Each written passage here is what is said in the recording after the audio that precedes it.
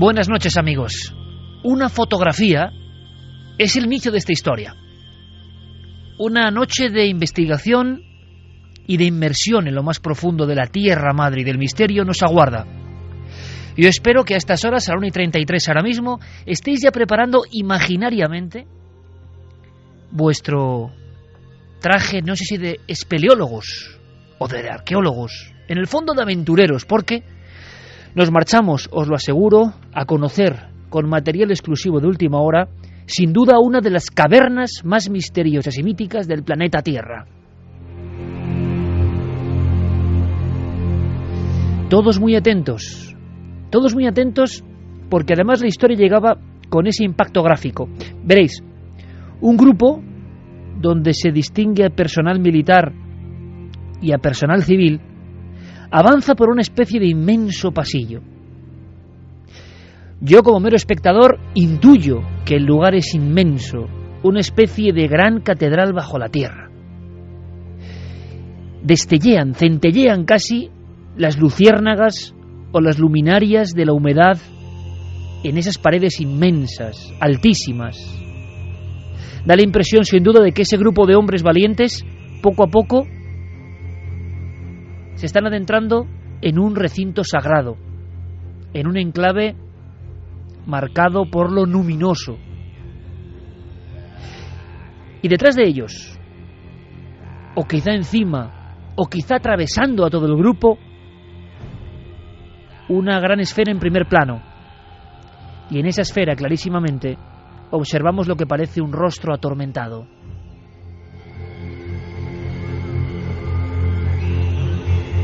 ¿Cómo definir el rostro? Una nariz poderosa, casi triangular, unos ojos un tanto achinados, muy oscuros, profundos. Es lo que ve, repito, el observador. Yo no sé cuál es la realidad de esta fotografía. Sé lo que me llega ahora con la visión, con mi sentido. Debajo de esa poderosa nariz, una boca no muy grande, con unos dientes salientes y una expresión difícil de definir, pero que no sé si parece amable o no, que impresiona sin duda alguna y que nos da la idea de que ha sorprendido al grupo, que está saludando, quizá está rechazando, se está haciendo presente porque parece que tiene que ver con ese lugar. Imaginación, historias míticas que no tienen sentido. Con esta foto que tengo yo ahora mismo en papel y la cimbrero ahora para vosotros para que la escuchéis, yo tengo esa impresión sincera. Casualidad posiblemente, pero esa gran esfera, primer plano, en esa entrada de la cueva, en un punto profundo de esa cueva que se abre en un lugar norte de la cordillera del Cóndor, aparece reflejado, como por un azar increíble, la faz, la taz, el rostro, la cara, la expresión de alguien que no parece muy humano, sí que parece muy antiguo, tan antiguo como lo que se cuenta de este entorno, lo que se cuenta de este enclave. Estamos, repito, en una de las cumbres, aunque sea una hondonada subterránea, del misterio, sobre todo en América. Pero un misterio que llegó a todo el mundo, envuelto de extrañas confesiones, actas notariales y la sensación de que alguien en 1969, prácticamente en el mismo instante en que el hombre llegaba a la luna, había encontrado algo excepcional. Un individuo de apellido Moritz, de origen húngaro, parece que descubre en la zona de Morona, Santiago, estamos hablando del Ecuador, una especie de red subterránea de gigantescos túneles. Afirma este hombre que parecen tallados por manos humanas, trabajados a conciencia. Dice también algo sensacional, algo objetivamente increíble, que junto a esas paredes inmensas ha encontrado unas tablillas con extrañas inscripciones, con no menos extraordinarios dibujos. Y la sensación que tiene este hombre, este explorador, que casi por accidente ha encontrado esta cueva, es que allí está el legado de una humanidad desaparecida.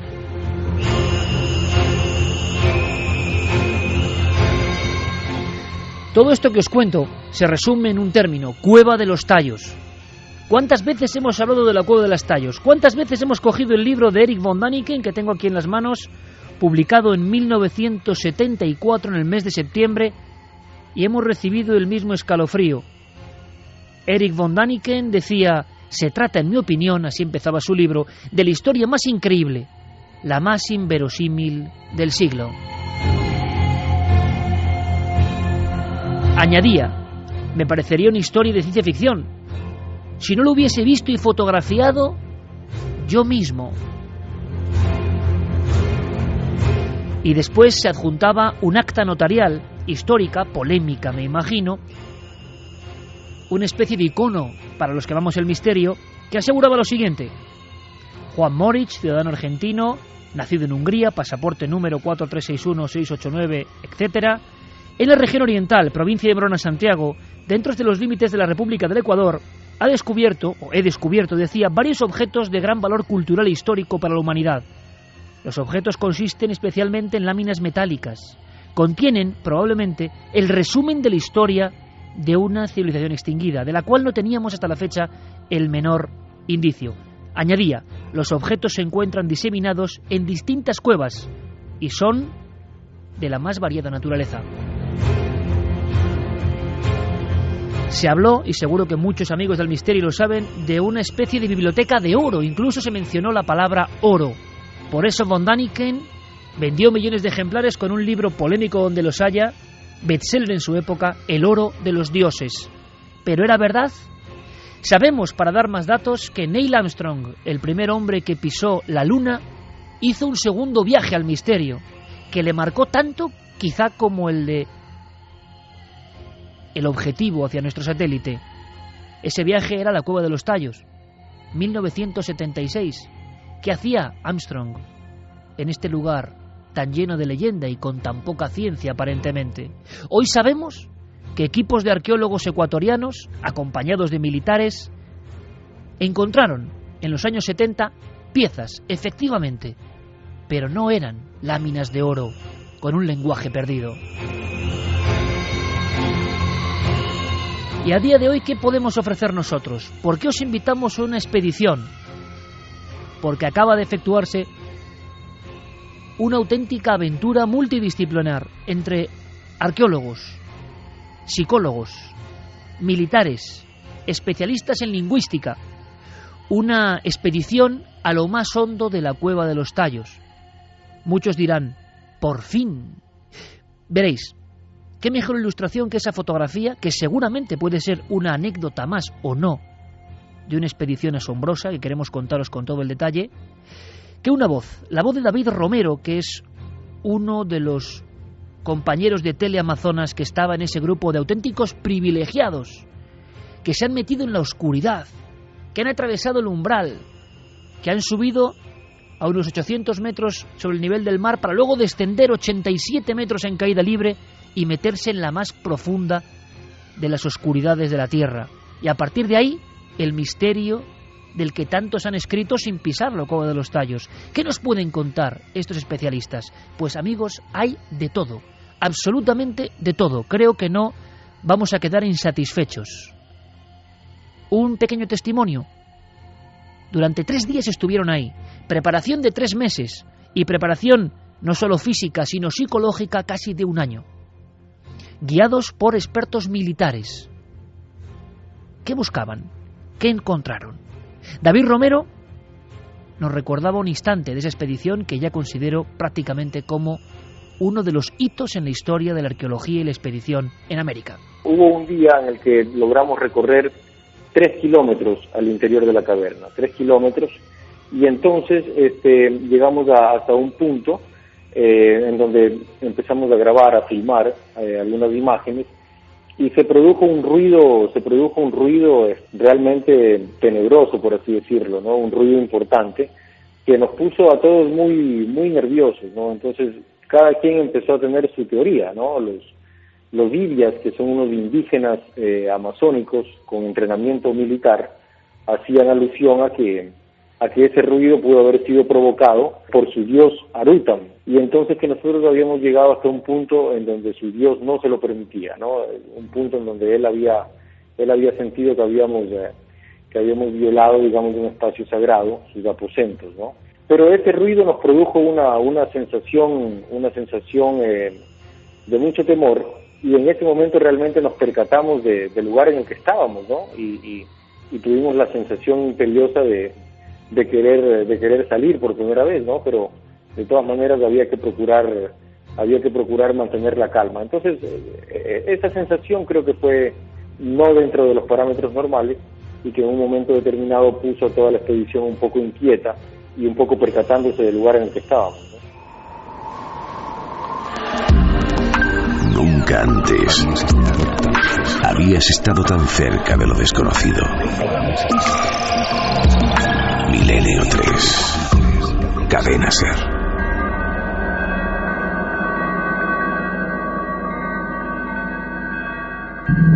1:43 minutos, con todo el equipo dispuesto para ir descendiendo. Lo notáis, prácticamente nos sentimos ya con arneses, cuerdas, descolgándonos hacia un lugar que suena, dicen, de una forma muy especial.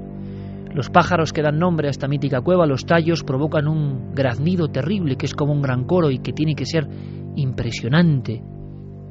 Esa es la bienvenida a la cueva. Una cueva donde todavía se siente quizá lo arcaico, la presencia del antiguo. ¿Qué misterios tiene esta cueva? ¿Por qué se hizo tan famosa? ¿Qué hay de verdad y de ficción? Bueno, yo quiero agradecerle especialmente a Manuel Palacios, un investigador y experto lingüista que nos escucha ya desde Ecuador. Vamos a pedir a las comunicaciones que nos bendigan un poco, porque estamos como el funambulista, pero a miles de kilómetros este amigo ha logrado primero que tengamos a varios especialistas, que tengamos muchos documentos, y yo se lo quiero agradecer. Manuel Palacios, Ecuador, buenas noches. Manuel, buenas noches. Manuel, ¿me escuchas? ¿Aló? Vamos a ver si me escuchas. Manuel, buenas noches. Sí, les escucho. Manuel, nos llega bien el sonido. Vamos a pedir a las deidades cósmicas que nos protejan. Decía que una expedición, imagino que inolvidable, Manuel, y para una persona como tú, para un investigador, ¿qué significa entrar dentro de la cueva de los Tallos? ¿Qué sentiste al entrar en el umbral de ese lugar tan mítico y misterioso, Manuel? Bueno, después de años de investigación, años de preparación espiritual, lógica. Por desgracia, como veis, estamos ahí, ay, qué pena, pendientes de un hilo. Fermín Agustí, Carlos Largo, Noel intentarán ir resolviendo. No es fácil, las comunicaciones con la zona en concreto no son fáciles, no son sencillas, pero no os preocupéis.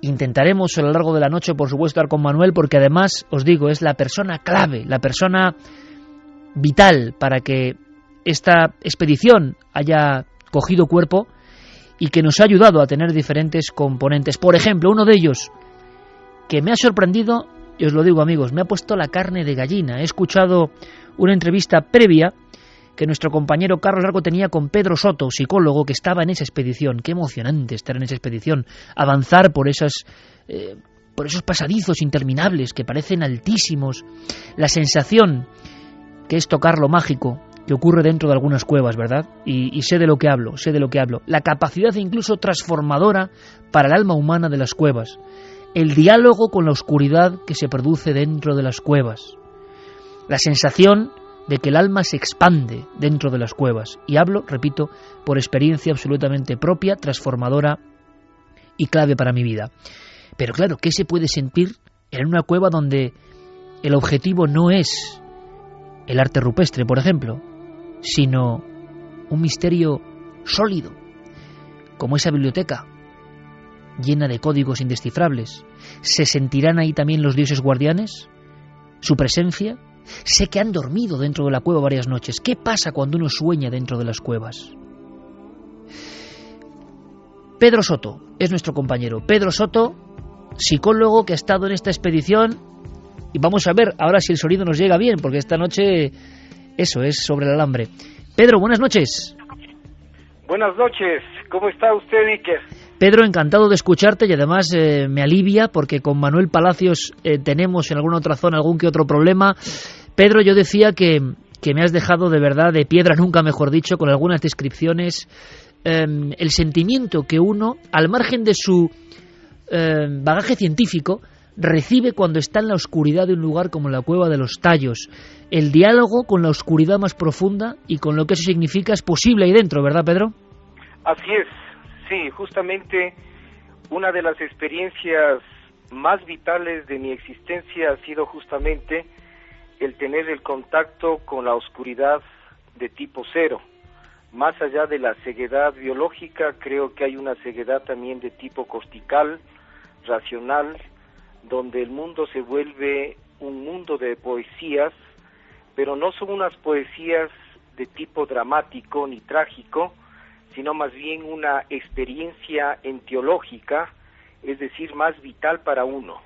Yo creo que, Pedro, que incluso dentro de las cuevas, bueno, todos los grandes personajes de la historia, o algunos, han sufrido transformaciones brutales, el mundo cambia, y vamos a hablar de lo que habéis podido percibir, y además me gusta mucho que con tu faceta de psicólogo nos des una visión que va más allá, incluso de lo ortodoxo, de lo que se puede tocar.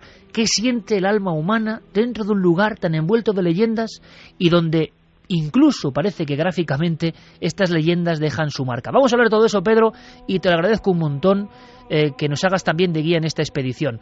Por supuesto, esta noche, 1:49, a pesar de todas las dificultades, esto es como una expedición, esto es como bajar a la cueva, pero en la radio, a pesar de todas las dificultades, vamos a intentar tener todas las piezas del puzzle. Santiago Camacho, compañero, buenas noches. Buenas noches, Iker. Por cierto, la Cueva de los Tallos vendió millones de ejemplares de Däniken, se convirtió en la fiebre del oro en la búsqueda de esas piezas, y también hay conspiración. En toda esta historia también hay conspiración, porque, aunque sea muy breve, Santi, para que todos nuestros amigos tengan la idea completa, dicen que están esas tablillas, dicen, luego resolveremos, en diferentes bancos e instituciones que realmente físicamente se encontraron. Al menos parte de ellas, porque efectivamente hay un tesoro que custodiaba un hombre muy notable, un hombre extraordinario del que haremos una semblanza biográfica más tarde, el padre Crespi, un hombre que si no estuviera conectado con el misterio también tendría una biografía de por sí notable. Y ese hombre mostró a Däniken, mostró a Stanley Hall, mostró a Armstrong, a todos los que fueron a la zona, unas piezas arqueológicas que custodiaba, que él decía que algunas eran de oro efectivamente, que se correspondían con esas planchas en forma y en fondo, porque mostraban imágenes extraordinarias que era imposible que se hubiesen captado por una civilización precolombina, por una civilización sudamericana anterior a la llegada del hombre blanco, porque había cosas maravillosas, cosas que hacían referencia incluso a culturas muy lejanas, a culturas como la babilónica. Imagínate. ¿Dónde están esas piezas? Según cuentan los teóricos, luego resolveremos. Objetivamente, la leyenda o la verdad, ¿dónde dice que están esas piezas físicamente? ¿Y en qué bancos? Estarían, según las diferentes teorías, algunas de conspiración y otras más fundadas, en el Banco Nacional de Ecuador, en las bóvedas del Banco Nacional de Ecuador habría una parte del tesoro. La Iglesia todavía custodiaría, incluso en el Vaticano, alguna parte también de ese tesoro arqueológico, y luego se habló de robos, de expolios por parte de cazatesoros que habrían puesto al mejor postor parte también de esas piezas. 1:51, por supuesto, como es uno de los temas que además, bueno, sabemos la nutridísima población ecuatoriana que sigue este programa, tanto en Ecuador como aquí en España, y muchos nos habían pedido que hablásemos por favor de esa cueva, pero había que hacerlo con nuevos datos, y todo van a ser, os lo aseguro, nuevos datos. Yo estoy sorprendido. Por eso abrimos líneas de contacto ahora mismo. 1:52, Carmen, buenas noches. Buenas madrugadas, Iker. Tema mítico donde los haya. Pueden preguntar a nuestros amigos. Yo creo que es una oportunidad única de preguntar a personas que prácticamente tienen el vaho de la oscuridad de la Cueva de los Tallos todavía impregnado en la ropa, que acaban de venir, que acaban de llegar, que han vivido cosas, que han filmado cosas. Y abrimos líneas de contacto rápidamente y abrimos nuestra encuesta, por supuesto. Claro que sí, abrimos las de contacto como siempre. Fíjate, yo he estado revisando esta tarde, te acordarás, unas fotografías que hicimos en el Metropolitan Museum. Unos extraños seres de Mira oro que las llevo que buscando todo el día procedían. yo, eso lo llevo buscando todo el día y no lo encontraba. O sea, las has encontrado tú. Las tengo yo y las he estado revisando, y algunas son parecidísimas a las fotografías que muestra el padre Crespi. Luego, si quieres, hablamos de ellas. Vamos a darlas. Hay que decir simplemente el apunte, que no hay puntada sin hilo, que en el Metropolitan Museum de Nueva York, en la Sala del Oro, hay piezas que se parecen realmente, vamos a dejarlo ahí, se parecen a lo que mostraban en los libros, unas cosas como muy ingenuas y muy raras en los libros que al parecer había sido extraído de la Cueva de los Tallos. Líneas de contacto. Vamos a abrir esas líneas de contacto. Como siempre, milenio3 con número @cadenaser.com para que nos manden un mail. También www.cadenaser.com, donde pueden ir dejando los mensajes segundo a segundo. Y La Nave del Misterio en Facebook, en Twitter y en Google+. Desde allí nos pueden emitir todas las preguntas que quieren que le transmitamos a todos nuestros invitados, Iker. Y el regalo, la tercera colección de los libros de Caballo de Troya. 9 libros, la colección entera, entre todos los mensajes que nos lleguen. Y la encuesta, tenemos la encuesta de la semana pasada en la que preguntábamos ¿cómo escuchas Milenio 3? Pues va ganando Internet, un 70,4%. Ni más ni menos.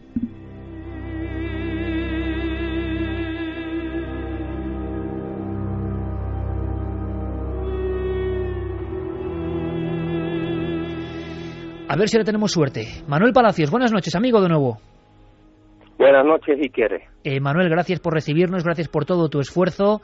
Creo que, todo es gracias a tu labor que estemos contando este programa hoy. Yo creo que no mentía, Manuel, al hablar con emoción, pero con impacto, de esa fotografía que es la primera que tú nos mandas, donde parece que es que una cara os saluda. Yo no sé si fue el primer día de la entrada a la cueva, es el segundo día, cuéntanos, es alguna zona muy profunda, pero es que yo veo una cara como de guerrero, te lo aseguro, clarísima.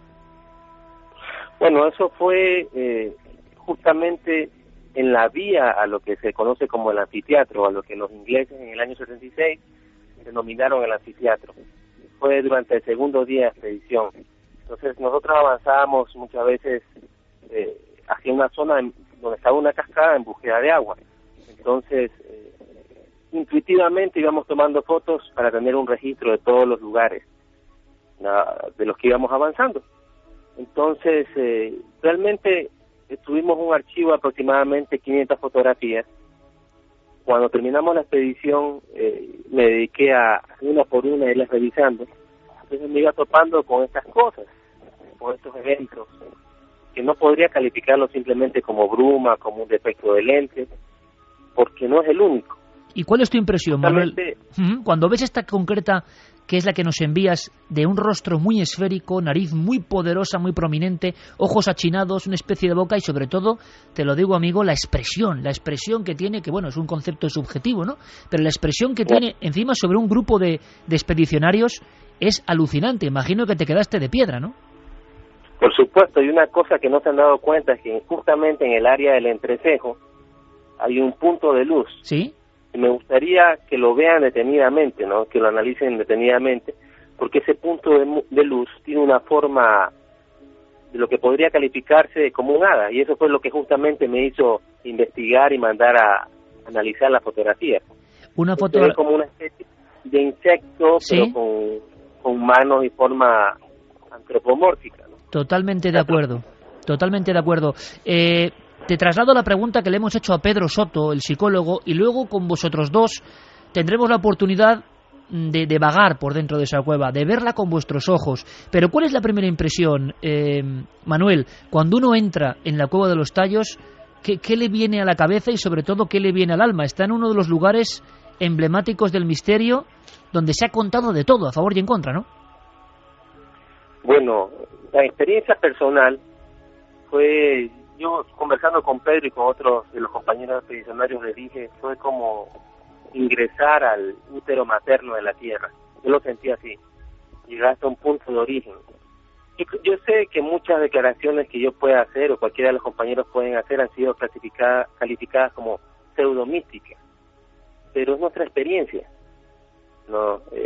Se puede escribir mucho sobre la Cueva de los Tallos. Bueno, pero a otra mí, cosa es ir y visitarla. Manuel, a mí me encanta la mística y es más, creo que las fronteras de la ciencia ahora mismo tocan directamente a la mística, aunque eso es otra historia, pero los científicos más importantes, hoy se daba el Nobel precisamente, o estábamos en fechas de la física cuántica, están llegando a eso, están llegando casi a umbrales de la mística. ¿Cómo el hombre no va a sentir mística y no va a sentirse en el lugar donde nace todo cuando entra en una cueva como esta? Por cierto, se ha hablado mucho, Manuel, de que la impresión que uno tiene cuando entra a la cueva, no sé si es verdad o no, o se entra por otro sitio, es que hay como todo tallado o labrado por mano humana, que da la impresión de manufacturado. ¿Es cierto o no? Evidentemente, hay salones que uno, bueno, yo soy hijo de un geólogo, entonces tengo una formación geológica que me permite identificar lo que es un pasaje kárstico hecho en caliza dolomita, o lo que sería algo fabricado por el hombre. En este caso yo creo que es una combinación de ambas cosas. Es una estructura kárstica que ha sido adecuada, que ha sido manipulada para tener esa forma. O sea, una cueva, para que todos lo entendamos, que en cierto momento de la historia más arcaica, una serie de pobladores modifican, manejan, moldean, porque hay algo importante, hay algo sagrado. Pues Manuel Palacios y Pedro Soto van a ser, junto con David Romero, al que hemos grabado diferentes declaraciones, nuestra triada de expertos, de amigos, y no sabéis cómo os lo agradezco. Estamos en el umbral de la cueva, estamos a punto de entrar en la cueva, estamos en la cueva que atrajo al primer hombre que pisó la luna porque buscaba un secreto ahí. ¿Qué secreto buscaba el señor Armstrong? Por los mismos pasillos por los que aparece esta cara, por los mismos pasillos inmensos donde se ha hablado del inicio de una cultura desconocida que nos dejó su legado. Pedro, Manuel, muy atentos, por favor, porque vamos a disfrutar con todos vosotros. Vamos a continuar vagando por la Cueva de los Tallos con todos sus secretos. ¿Qué ha sido de esas planchas? ¿Dónde están? ¿Qué decían? ¿Qué hay de cierto en cuanto a que había una serie de profecías ahí? ¿Ficción, verdad? Bueno, de momento, como siempre, a las 2 de la madrugada, nuestras noticias del misterio. Boletín donde contamos todo lo que casi nadie cuenta, son muchas cosas, y después seguimos. Objetivo, la verdad de la Cueva de los Tallos.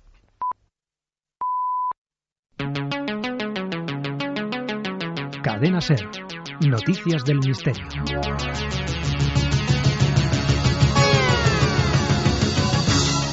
Comenzamos nuestro repaso de la semana con el hallazgo de un planeta que puede albergar vida. Se trata de Kepler 22b. Tiene una temperatura de unos 22 grados centígrados y dobla al tamaño de la Tierra. Por el momento es el planeta más parecido al nuestro. Sin embargo, aún no saben si está formado en su mayoría por rocas, gas o líquido. El SETI ya se ha puesto manos a la obra y todos sus telescopios apuntan hacia el nuevo planeta para intentar encontrar una señal extraterrestre. William Borucki, científico de la misión Kepler de la NASA, habla sobre el descubrimiento. Hoy tenemos el privilegio de anunciar el hallazgo del primer planeta por la misión Kepler en una zona habitable muy cerca de una estrella, como una distancia un 15% más cerca que la existente entre la Tierra y el Sol. La temperatura de esta estrella es un poco más baja, como de unos 20 o 22 grados, pero es bastante similar a la de nuestro planeta. No está muy lejano, pero tampoco muy cercano.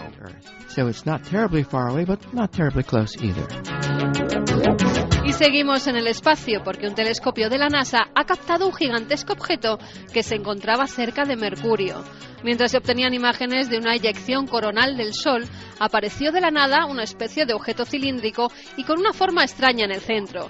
Los científicos de la NASA insisten en que el objeto es en realidad la imagen de Mercurio del día anterior y esto es el resultado de la forma en que las imágenes son procesadas.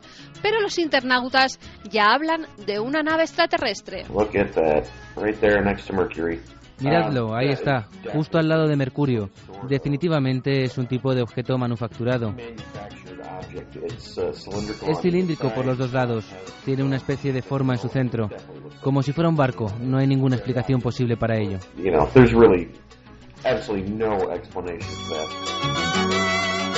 Del espacio al mar, porque es allí donde vivió el mayor depredador marino hace 500 millones de años. Ahora, en la isla del Canguro, Australia, se han descubierto los fósiles de los Anomalocaris, un invertebrado de 1 metro de largo con cuerpo blando, 2 garras frontales y una boca circular con dientes afilados. Sobre todo ha llamado la atención de los científicos los ojos de más de 3 centímetros de largo y que contienen más de 16.000 lentes, lo que le hacía tener una visión excelente. Óscar Soriano, investigador del Museo Nacional de Ciencias Naturales, nos habla de estos monstruos. Eran unos animales que oscilaban entre 60 y 1 metro, de 60 centímetros y 1 metro, bastante grandes para la época en que estamos hablando, el Cámbrico, y que eran unos depredadores importantes. Lo que sí se ha confirmado es que esos ojos que presentan pues son propios de depredadores. Claro que necesitan una vista pues muy especial, es una de las características de muchos depredadores, ¿no? Tener una vista muy desarrollada. Y en Inglaterra se ha hecho un hallazgo insólito. Han descubierto la casa de una de las brujas de Pendle. Es una vivienda del siglo XVII en cuyo muro se había emparedado un gato para proteger a los habitantes de los malos espíritus. En 1612 varias mujeres fueron acusadas de infanticidio, canibalismo, realizar brebajes y llevar a cabo rituales. Tras el juicio, 9 mujeres fueron ahorcadas por matar a 10 personas mediante la hechicería. Por último, viajamos hasta Jerusalén, donde hace una semana se descubrían unas misteriosas tallas en piedra que datan de hace más de 2.800 años. Se trata de 3 grandes Vs excavadas en el suelo de un complejo de habitaciones de la conocida como Ciudad de David. Junto a ellas no se halló ningún otro elemento que ofreciera alguna pista sobre su propósito, y los arqueólogos aseguran que esas marcas son muy extrañas y que nunca habían visto nada igual. Los especialistas creen que esas Vs pudieron haber servido de base para algún tipo de estructura de madera o quizá desempeñando una función ritual.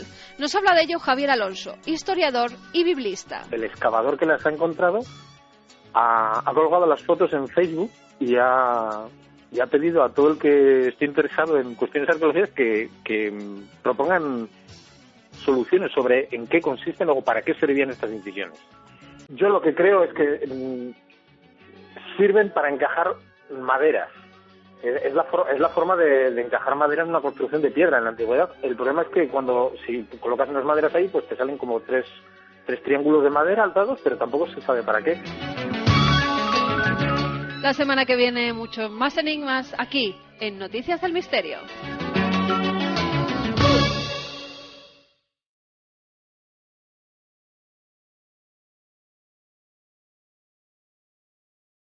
La caverna tiene unos arcos que a primera impresión uno podría creer que habrían sido hechos por la mano del hombre, ¿no? Porque son unos arcos que tienen su superficie bien definida, que tiene ángulos rectos, ¿no? Que son superficies lisas, planas, arcos, y también hay muchos túneles, ¿no? En la caverna hay decenas de túneles con varios metros de profundidad que dan en un momento la apariencia de que uno podría estar en una especie de ciudad subterránea, ¿no? Una especie de estar dentro de vestigios del pasado, ¿no?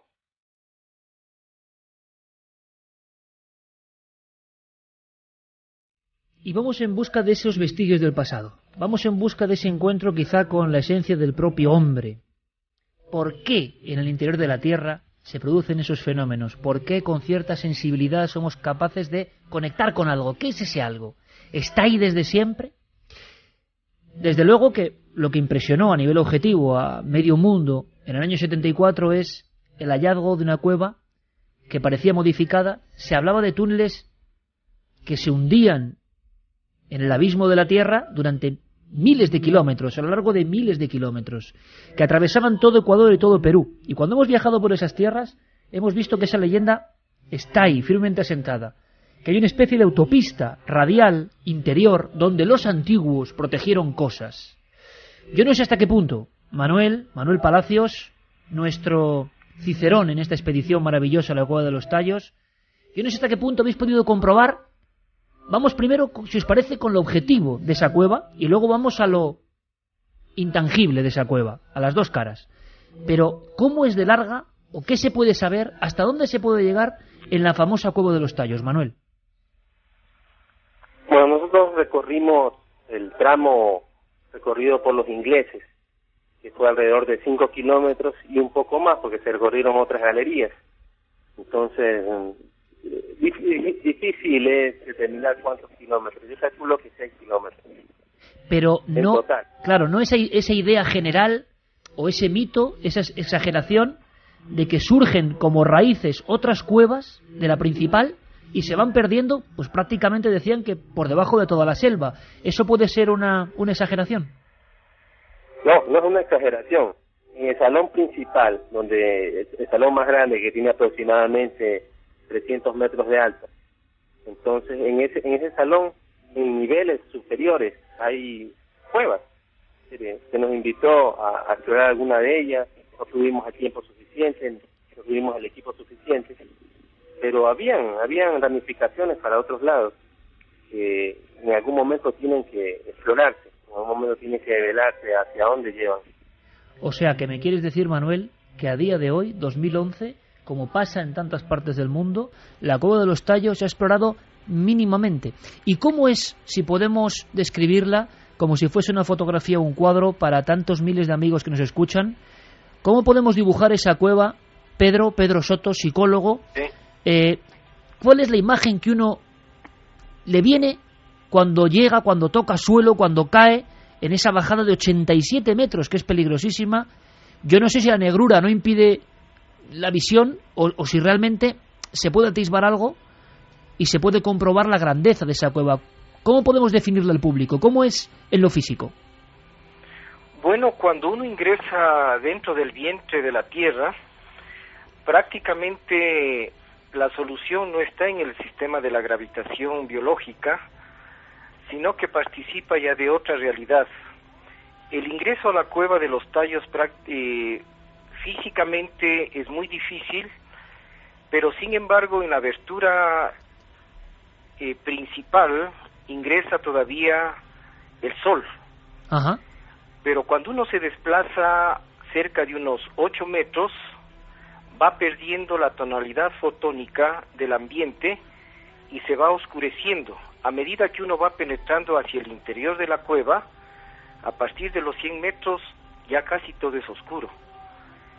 Y cuando se va mucho más al fondo, la oscuridad es ciega y mucho más al fondo ya no hay palabras para interpretar la oscuridad y por lo tanto la sensación corporal decrece.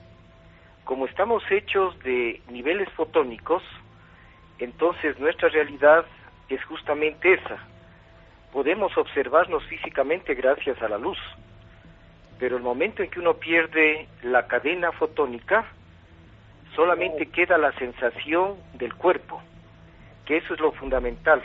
Oye, Pedro. Esa sensación del cuerpo es justamente la que permite que nuevos sentidos logren conectarse con el nuevo ambiente que es la oscuridad total. Y ahora vamos a hablar de eso, Pedro, si te parece, de esa otra cara. Pero lo has definido perfectamente. Y en este equipo hemos vivido muchas veces esa sensación. En fin, traspolar todo a lo físico y lo cotidiano es absurdo. Pasan muchas más cosas. Cuando uno penetra en el umbral de la Tierra y se mete en la oscuridad de la Tierra, eso lo dice, Pedro, un buen amigo antropólogo, José Luis Cardero, español de aquí, dice, es muy sencillo, estamos acostumbrados, ¿verdad?, al iPhone, el ordenador, Internet, vivir en un mundo de estímulos. No hace falta más que meterse en uno como a 100 metros, de verdad, solo. No hace falta más que meterse en un bosque solo y toda nuestra corteza artificial desaparece y volvemos a ser el auténtico hombre, el auténtico ser humano con los más profundos miedos. Y tú me hablas de que esa transformación ocurre, es decir, cuando entras en la Cueva de los Tallos primero no ves nada, tus sentidos se ciegan, pero de inmediato me quieres decir, Pedro, que empiezan a aflorar otros sentidos que no son los ordinarios, que empiezas a percibir de otra forma.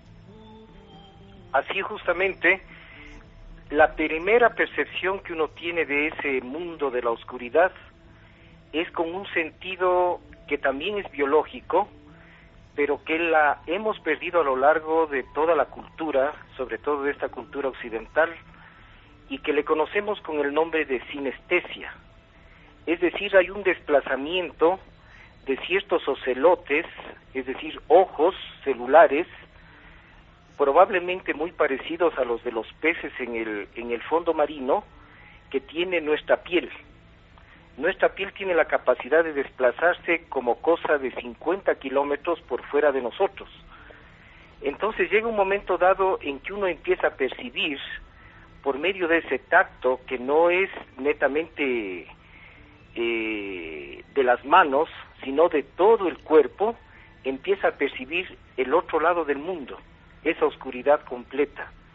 Es ahí cuando las imágenes que se presentan tienen varias formas que solamente el cerebro logra registrar e interpretar de una manera un poco disforme y más tendiente al carácter de lo mítico, de la leyenda, del cuento, de la fábula, de la narración, es decir, de aquel conocimiento diacrónico de nuestra realidad.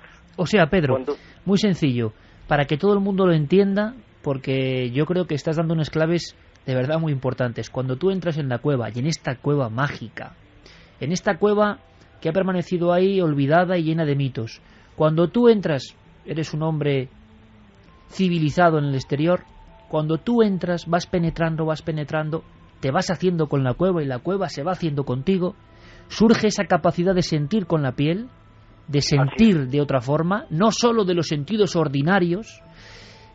Y me quieres decir que se pueden llegar a detectar, a notar, y quien diga que esto es subjetivo es que me da exactamente lo mismo, porque se han hecho experiencias a todos los niveles y con gente sensible y no sensible. Cuando tú estás dentro de esa cueva, da la sensación, Pedro, de que hay un eco de algo que aguarda ahí todavía. Justamente, y eso es lo más interesante, porque hay una presencia que es muy subjetiva y al mismo tiempo abstracta en el cerebro de uno. Uno lo percibe como algo fuera de los límites de lo objetivo. Quisiera explicar esto porque es fundamental entenderlo, debido a que la experiencia nos determinó a entender por qué de los mitos de nuestros indígenas de la Amazonía. Uno de los datos más interesantes es que hay una comunicación entre ese algo que está fuera de lo biológico, de lo concreto, de lo gravitacional, pero que se comunica a través de una serie de imágenes, de una serie de sensaciones que realmente explosionan en el alma de uno. Es fragmentaria al comienzo, pero a medida de que uno va pasando algunos días, uno se va sintiendo cada vez más conectado con esas formas que no son tan concretas. Por ejemplo, Manuel había enviado una serie de fotografías por demás interesantes, ¿sí?, en las cuales se puede observar una serie de rostros que están por fuera del mundo objetivo y que solamente la cámara pudo captarlas. Ahora bien, en una de las fotografías existe una especie de niebla blanca que realmente es resultado de un aspecto paranormal que existe en la cueva.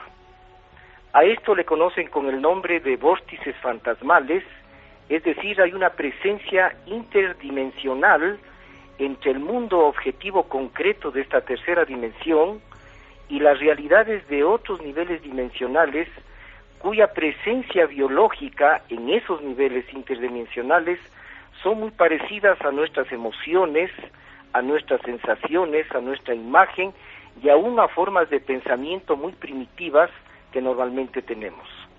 Pues yo creo, Pedro, que este primer aldabonazo, y yo creo que es para reflexionar, iba a decir, no se lo va a creer la audiencia de Milenio 3, pero la audiencia de Milenio 3 yo creo que creo un poco en lo que decimos.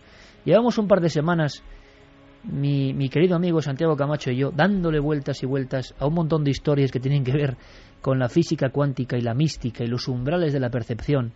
Y resulta que Pedro Soto y Manuel Palacios, que están siendo entrevistados, y que era nuestra idea, como exploradores, desde la psicología, desde la arqueología, desde la lingüística, exploradores, nos vienen aquí a contar que todo eso que estamos fabulando y que la ciencia más de vanguardia está demostrando, está tocando, resulta que ellos también lo viven, Santi, en la oscuridad. Es decir, en la más profunda oscuridad, al margen de las tablillas, de las no tablillas, de las expediciones, de los robos que ahora contaremos, entrar en un lugar sagrado. Lo que pasa es que este mundo ha perdido la noción de lo sagrado, pero los antiguos no, y algo de eso queda. Entrar en un lugar sagrado, desconectarte del mundo, perder el ruido de fondo, Santiago Camacho, y abrir tu capacidad a eso, trae sorpresas como lo que ahora estaba contando magistralmente Pedro Soto. Efectivamente, tú lo has dicho, el ruido de fondo. Muchas veces el encontrar esa soledad absoluta para poder escuchar lo que hay dentro de uno mismo es posiblemente lo más difícil de todo.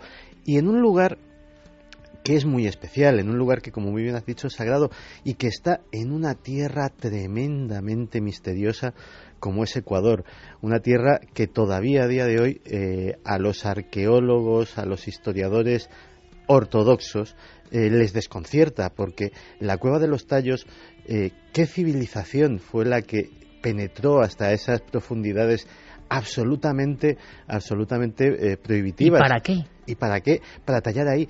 Pero es que en 1984, en otra región, en La Maná, en Ecuador, se encuentra por accidente un grupo de buscadores de oro, encuentra también en otra cueva, más pequeña en este caso, encuentra también una serie de casi 300 piezas, unos octógonos de piedra con unas espirales, con unas figuras geométricas, con mandalas realmente grabados dentro, que también desconciertan a todo el mundo. ¡Qué misterio! ¿Qué misterio? ¿Qué pasó en Ecuador hace miles de años, hace mucho tiempo, antes de que, no ya de que llegasen los españoles, sino probablemente antes de que las primeras civilizaciones se establecieran allí? ¿Qué sucedió? Esa es una gran pregunta que todavía no se ha contestado. Nuestra expedición continúa, va vagando por esos pasillos e iremos intercalando, amigos, la doble cara de la propia realidad, ¿no? La física y la no física. Manuel Palacios, amigo, por supuesto que muchos ya están preguntando en estas vías de contacto por si encontrasteis, es la evidencia, es lo lógico, es lo que se ha contado tantas veces, algún resorte físico, algún recuerdo. Luego volveremos con estos seres o sensaciones o presencias. ¿Había alguna pista para intuir que lo que contó Moritz en su día, el descubridor, en el año 69, lo que reprodujo von Däniken, lo que dio la vuelta al mundo, esa biblioteca perdida, estuvo ahí alguna vez? ¿Había algún rastro objetivo, Manuel? Bueno, tengo que dar una premisa aquí para el programa Iker, y que fue justamente la confirmación de algo que Moritz dijo en la Casa de la Cultura luego de la expedición del 69, que dijo que había encontrado restos de grabados en piedra con escritura rúnica magiar. Entonces, analizando las fotos que se fueron recibidas, las fotos que se tomaron, me encontré con que una de las galerías que mis compañeros expedicionarios saben que estaba tapada. Entonces, en la parte superior de esa galería había símbolos que en su momento no los vimos por lo que define la oscuridad absoluta. Sin embargo, la fotografía ayudó a rescatar los símbolos que hay en la parte superior de la cueva, símbolos que, debido a mi faceta de lingüista y epigrafista, o sea, investigo las escrituras en soportes rígidos, y mis estudios de símbolos comparados en diferentes culturas me ha permitido relacionarlas no solo con la escritura Robasirás Magyar, sino con la escritura sumeria. Pero la escritura sumeria... ¿Aló? Vamos a ver, Manuel. Esto merece casi una pausa. Vamos a ver. Me estás contando, Manuel Palacios, y yo he puesto una cara que pongo muchas veces en el programa de televisión y la gente dice, ¿por qué pones esas caras? Digo, es que yo soy así, me dejo llevar, menos mal. Me estás contando, amigo, que en la Cueva de los Tallos, sin que vosotros llegaseis a percibir in situ, en uno de esos pasadizos, y luego por la magia de lo que es el flash y la cámara fotográfica, aparecen signos, y que tú como epigrafista los relaciones con antiquísimas civilizaciones. Estás hablando de civilizaciones del Oriente de hace 4.000, 5.000 años. Por supuesto. Pero no olvidemos una cosa, Iker. Cuando se habla de sumerios, siempre lo localizamos en un área X en Medio Oriente, ¿no? Por lo general. Pero en la América ancestral, en la América precolombina, existía un pueblo denominado Sumir o Shumir, o llamado también Cañari, que eran los que Morris decían que eran los sumerios originales que luego, después de 11.000 años, habían viajado para fundar pueblos y que en el futuro regresaron nuevamente a América. Y por eso hay estas piezas tan raras como las que mencionaba el colega, de las piedras de la Maná, hay piezas como las de la colección Crespi, que tienen escritura relacionada al sumerio, que tienen vestimentas relacionadas a los partos, relacionadas a celtas, etcétera, etcétera, etcétera. Es decir, ¿Y cómo son? Yo imagino, es difícil, Manuel, de explicar, me imagino, de describir, pero en una de las paredes, tu cámara descubre esos signos. Son muchos signos, son muy gráficos, son parecidos a signos, a letras más o menos rústicas o arcaicas. ¿Hay algún tipo de grafía o de dibujo más? ¿Cómo podrías casi describirnos ese hallazgo que desde luego es sorprendente?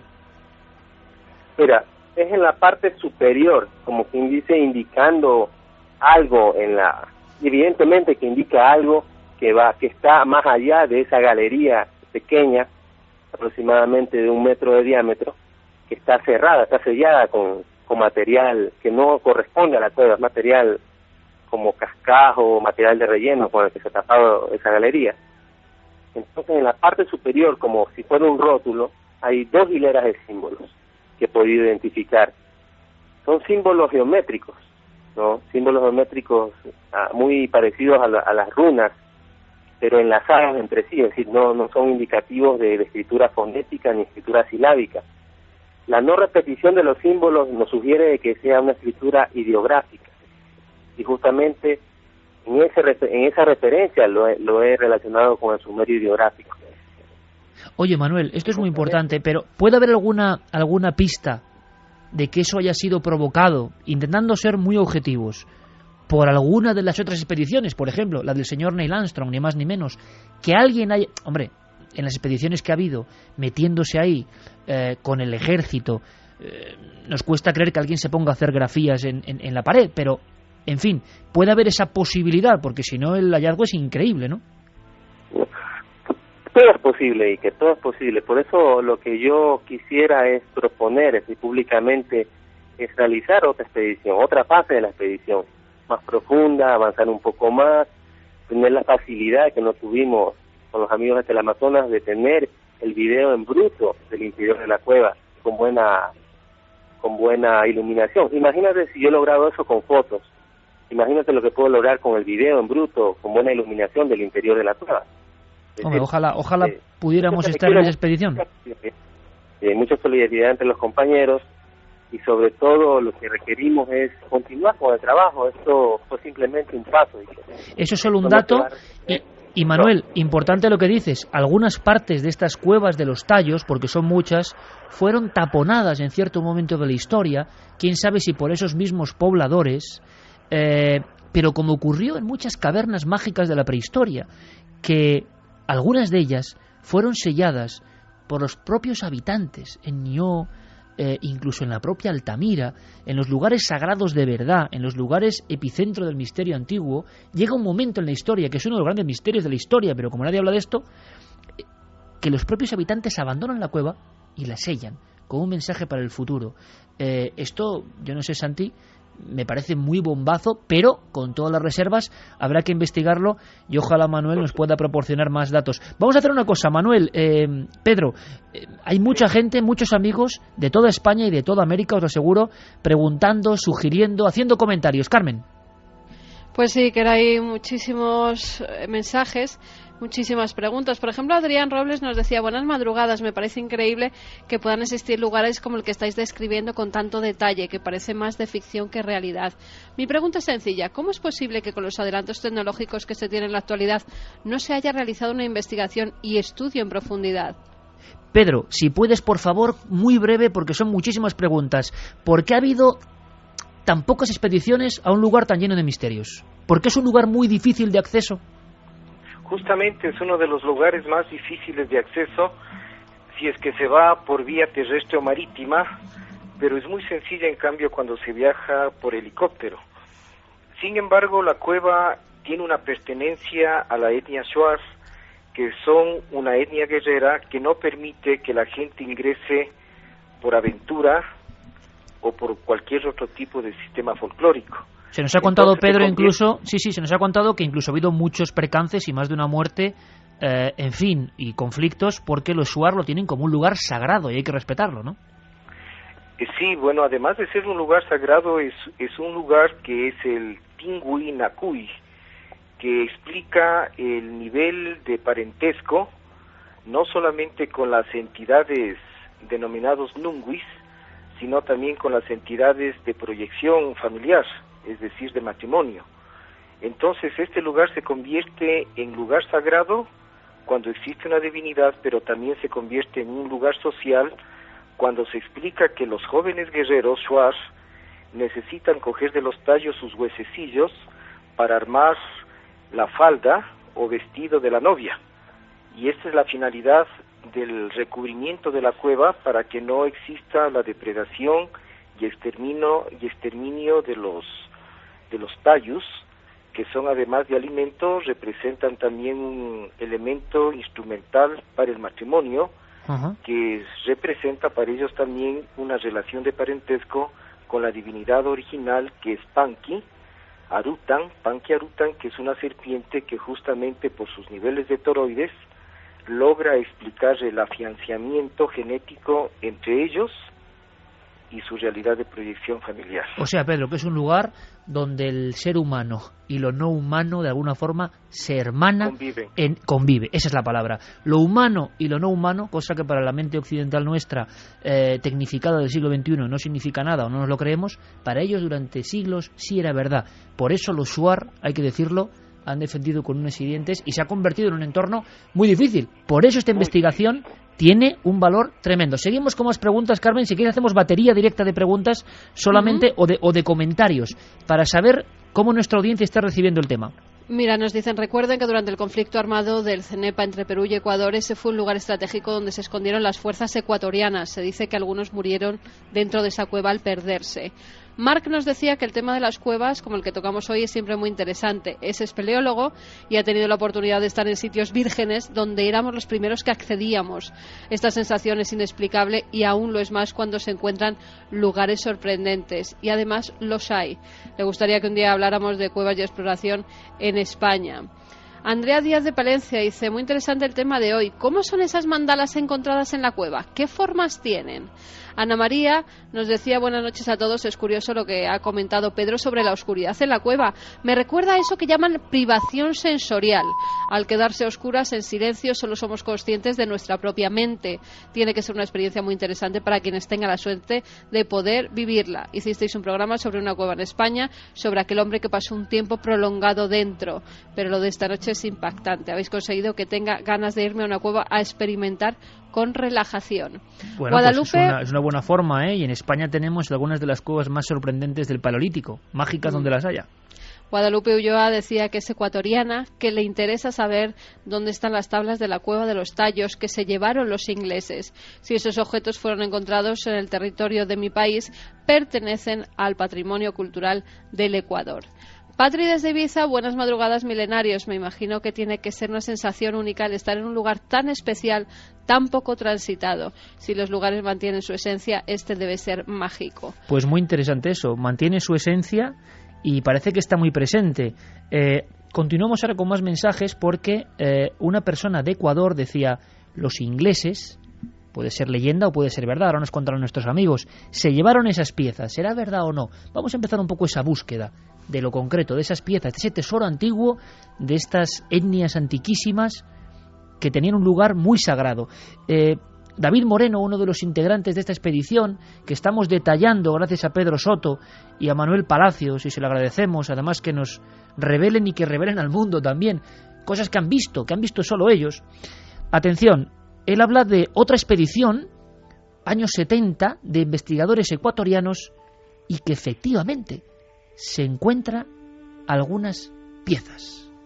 Yo creo que si hay aspectos relevantes de la caverna, fueron los hallazgos que hizo un grupo de arqueólogos ecuatorianos tiempo atrás, y luego esas piezas, estos arqueólogos encontraron piezas al interior de la caverna, como figuras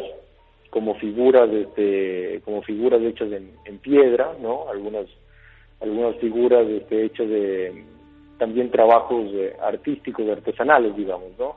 También collares, pulseras.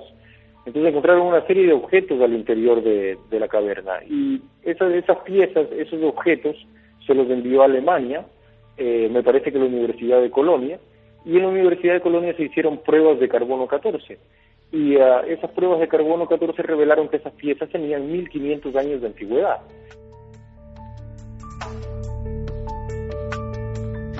Dos y 32, esto es Milenio 3 en la cadena SER, y aquí estamos sumergiéndonos como espeleólogos aficionados, eso sí, y observando, gracias a la voz de nuestros amigos, algo que nos parece maravilloso. Santiago Camacho, amigo, la Biblioteca Metálica, un icono del mundo del misterio, pero podríamos definir en titulares qué era, objetivamente, cuántas piezas tenía supuestamente, qué se descubrió, qué ponían esas piezas.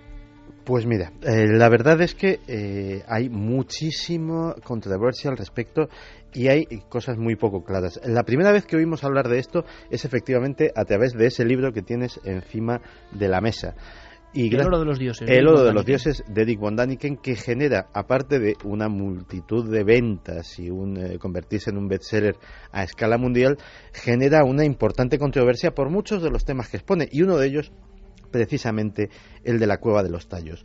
Gracias a ese libro conocemos la existencia de Frank Moritz, pero también de otro personaje, el padre Carlo Crespi, un salesiano de origen italiano que se instala en Ecuador y que se convierte en un personaje absolutamente irrepetible. Era cineasta, era humanista, era antropólogo, era una persona que dejó una huella imborrable con multitud de obras de servicio público, hasta el punto de que en la ciudad de Cuenca tiene un monumento que no tiene nada que ver con su implicación con el tema de la Cueva de los Tallos, sino un monumento por el grato recuerdo y la huella imborrable que dejó entre sus habitantes. Y llegó a ser director del Museo del Oro. Llegó a ser director del Museo del Oro de Cuenca, que en los años 60 hubo un incendio y desapareció, ¿no? Esa cualidad de haber sido director del Museo del Oro ya nos indica que era una persona que entre sus muchos intereses y sus muchos talentos estaba saber reconocer una pieza de oro, evidentemente, cuando la veía, y saber reconocer una pieza arqueológica también cuando la veía. Fue un gran benefactor, y aquí es donde empieza la parte interesante de nuestra historia. Fue un gran benefactor precisamente de los Shuar. Esa gente brava, esa gente indómita, confía, él consigue ganarse su confianza, les ayuda en multitud de cosas, y ellos, en pago por las bondades recibidas, de tarde en tarde le traen piezas. ¿Cómo son? Le traen piezas metálicas. Hay la colección del Padre Moritz, al menos lo que sabemos a través de los vídeos y de las fotografías, porque no tenemos acceso actualmente a nada, pues estaba compuesta por piezas muy diferentes. Había discos con grabados con figuras geométricas. Muy ingenuos todos, muy naif, ¿no? Había, digamos, como dos estilos, y uno de ellos, precisamente, es muy relevante con lo que ha dicho hace un rato nuestro invitado sobre esas inscripciones presuntamente sumerias, o similares a las sumerias. ¿Por qué? Porque efectivamente había en unas planchas metálicas doradas, algunas parece ser que eran efectivamente de oro, había figuras muy ingenuas, como por ejemplo pirámides, no las típicas pirámides centroamericanas que todos hemos visto, sino pirámides egipcias, de estilo egipcio, por llamarlo de alguna manera, elefantes, piezas tecnológicas extrañas, como que manipulan unos individuos, pero hay otras que demasiado fantásticas, sinceramente, y arqueológicamente incontrastables, ¿no? Efectivamente. Pero hay otras que son muchísimo más curiosas, que son las que por la factura, por las grafías que hay en ellas, por los tocados y las barbas de los personajes que aparecen, son sumerias. O sea, son copias, digámoslo así, o muy similares al arte sumerio. Claro, la controversia cuando estas fotografías empiezan a circular por los medios arqueológicos ortodoxos es máxima, porque estamos hablando de absolutos ópars, de absolutos objetos imposibles que no podrían haber estado allí, salvo que hubiese habido algún tipo de comunicación, sea en un sentido o en el otro, entre la civilización que hubiera en la zona de los tallos y los sumerios hace miles de años. Pero tú me quieres decir, Santiago, que todo ese material, que parece que hay material fraudulento y material que está copiado o versado de otro, como siempre ocurre en estos temas tan delicados, ¿no? Que desapareció casi todo, que no se puede ver nada. Pero ha habido oportunidad de hacer estudios. Uno de ellos es de un paleógrafo hindú, Dilip Kumar, que tiene acceso a esas piezas y de repente se lleva a la sorpresa de que dice, bueno, esto es escritura de origen, pues sí, sumerio, hindú, de la zona asiática, de hace 2500 años. Muy difícil de falsificar, porque oiga, yo soy un experto que he dedicado mi vida a esto y es directamente algo que hay que tener unos conocimientos muy precisos para tener acceso a ello. Y cuando muere el padre Crespi, efectivamente las piezas dejan de estar en ese museo que estaba en el patio de la iglesia de María Auxiliadora de Cuenca. Y empiezan a surgir todo tipo de teorías. Parece ser que efectivamente hay una serie de robos que favoreciendo la desaparición del padre Crespi, pues algunos indeseables cazadores de tesoros andados por coleccionistas se consiguen hacer con algunas piezas. El gobierno de Ecuador parece ser también que custodia otra serie de ellas, pero también empiezan a surgir rumores de que en vida del padre Crespi llegan funcionarios de Roma, llegan funcionarios del Vaticano que no solamente tienen acceso a ellas, sino que le solicitan por orden expresa o con autorización del Santo Padre que algunas de esas piezas sean trasladadas a los archivos vaticanos de forma discreta. Y bueno, ese es el gran misterio que rodea la colección Crespi, que salvo efectivamente la parte que custodia todavía el gobierno ecuatoriano, el resto pues se ha quedado en el más absoluto de los misterios. Manuel, y a un especialista como tú sobre el terreno que ha estado allí, ¿a qué le suena todo esto? Esas piezas que custodiaba el padre Crespi, que le daban estos corajudos indígenas de la zona de la cueva, ¿tiene algún sentido todo esto? ¿Es una gran falsificación, como se ha dicho, una especie como de fantasía del propio padre Crespi? ¿O creéis que puede haber algo de verdad y que en algún lugar estas piezas pueden estar escondidas? Mira, antes que nada, me pareció muy ilustrativo lo que dijo Santi, pero hay que hacer una pequeña aclaración. La historia oficial nos habla que a comienzos de los años 60, el padre Crespi abrió en la parroquia de la Auxiliadora de Cuenca un museo con piezas arqueológicas que había recibido de los indios Shuaras en Morona, Santiago, en señal de amistad. Sin embargo, fuentes confiables, entre ellas el fallecido coronel Wendell Stevens, que tú debes conocerlo, y también el autor Richard Wingate, que escribió Atlantis in the Amazon, y que fue amigo personal de Crespi, y posiblemente la única persona que ha fotografiado aproximadamente 11.000 fotografías entre los años a lo largo de los años 60 y 70. Él dice esto que sería la declaración de Crespi acerca del origen de las piezas, porque Crespi daba acá curioso una explicación para tranquilizarlo. A veces le decía que era de los Shuaras, a veces le decía que era de acá. En algún momento incluso se llegó a barajar la posibilidad de que fuera algún tipo de botín o un tipo de rescate vinculado con los nazis. Pero lo que Crespi le dice a Wingate y a Wendell Stevens coincide, y es lo siguiente: dice que muchos de los artefactos vinieron de cuevas y las ruinas antiguas de un templo preincático en el área de la parroquia. En Paute, un equipo de corte de la carretera estaba creando un camino y descubrió accidentalmente una gran cueva. Estas placas, que parecían ser piezas de fundición de arena, han sido borrado con un acabado brillante, Los respaldos de las piezas tenían rebaba de la fundición. Estas planchas de oro pesaban de 30 hasta 50 libras, dependiendo de su tamaño. Algunos de estos platos, el oro y plata eran los metales, había piedras de rubí y zafiro, y en pequeñas cavidades hechas en el metal había esmeralda. Las escenas representadas en estas placas parecían representar una civilización desconocida. El estilo, la disposición de los muebles, ropa usada, de los peinados que muestran las figuras humanas, no se ajustan a toda sociedad conocida, a la sociedad conocida. Entonces, para mí la colección Crespi fue mi primer amor. Hace 11 años, cuando yo empecé a profundizar en la investigación y a conocer un poco de los tallos, mi primer referente fue justamente la colección Crespi.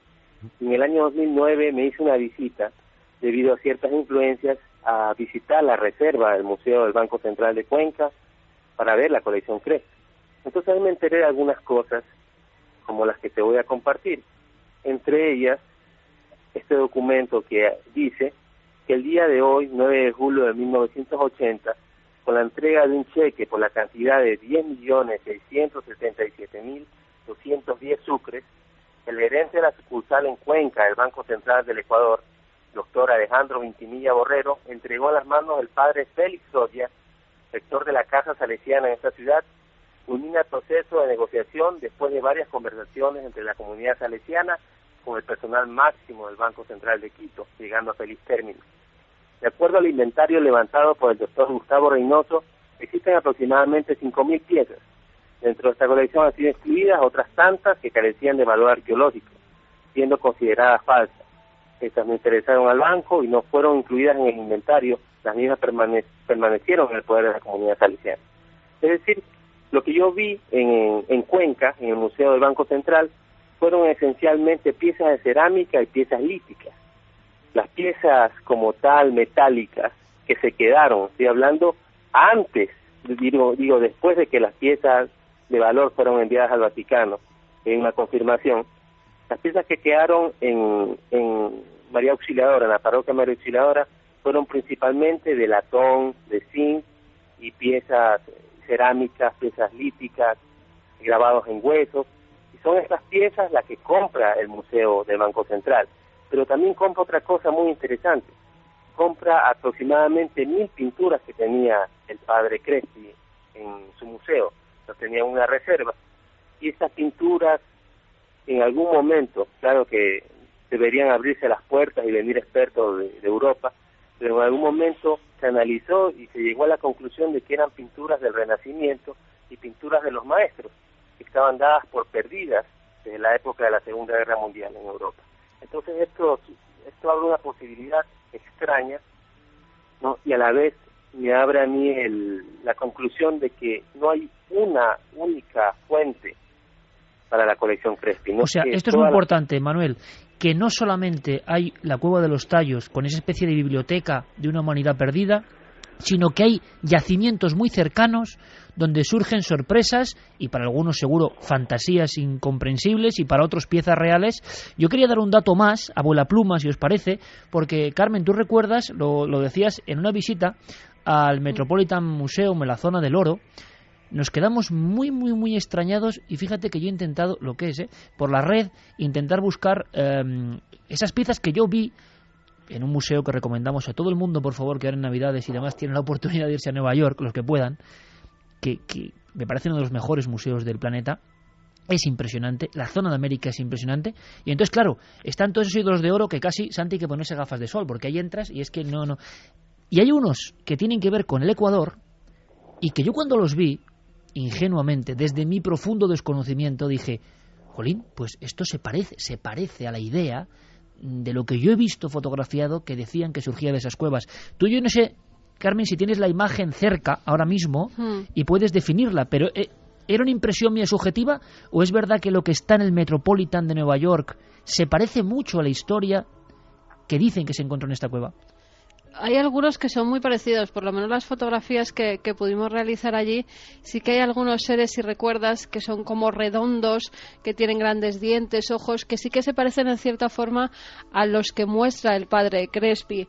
Lo que pasa es que las imágenes del padre Crespi hay un totum revolutum, porque es que hay de todo.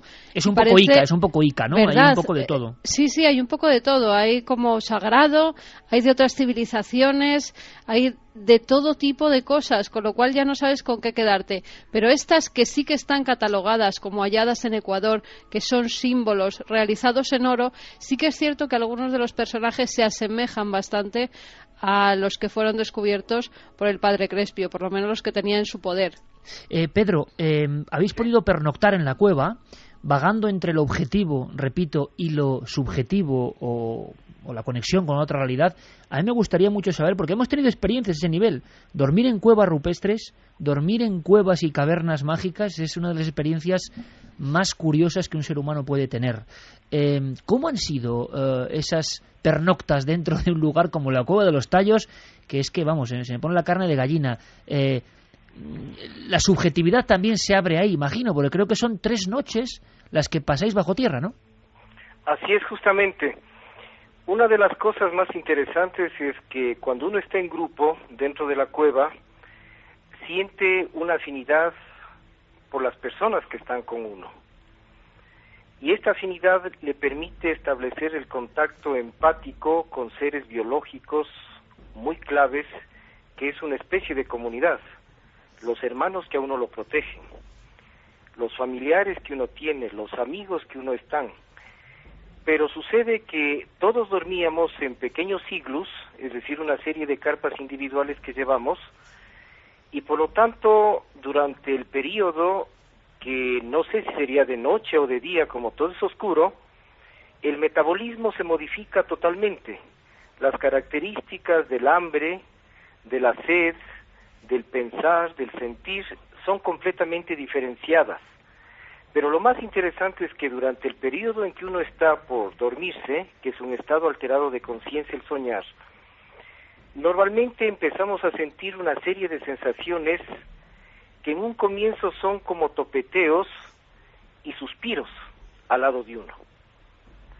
Y en ciertas ocasiones pensábamos que estos topeteos eran debido a las cucarachas, a las hormigas de la cueva, a las arañas gigantescas que hay, y en un momento dado prendimos hasta el foco que llevábamos en los cascos dentro del iglú y no observamos nada, pero se calmaba inmediatamente la sensación.